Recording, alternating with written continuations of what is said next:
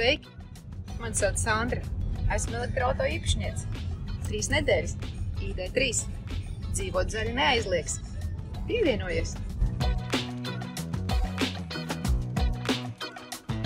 Mans stāsts līdz elektroauto, kā es nonācu līdz šim lēmumam. Domas man galvā griezās daudz un dažādas. Gribēju gūt neatkarību, gribēju gūt brīvību. Nonākot jaunajā darba vietā, man bija iespēja uzzināt daudz ko par elektroauto uzlādes iespējām, par tendencēm, par mobilitāti un visu pārējo. Pieņemt lēmumu man palīdzēja kolēģi, lai gan galvā grozās simtiem domu, vai mašīna būs piemērota, vai es varēšu nobraukt tik, cik es vēlos, vai es neapstāšos kaut kur mežā un nepalikšu ar viņu stāvam. Principā tas bija gluteklis uz riteņiem ar vadu.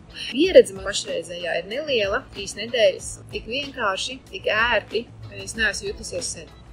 Un tagad 3 nedēļas to lietojot, es saprotu, ka tas ir ārkārtīgi vienkārši. Es mājās gatavoju ēst un mašīnu lādējas. Es guļu un mašīnu lādējas.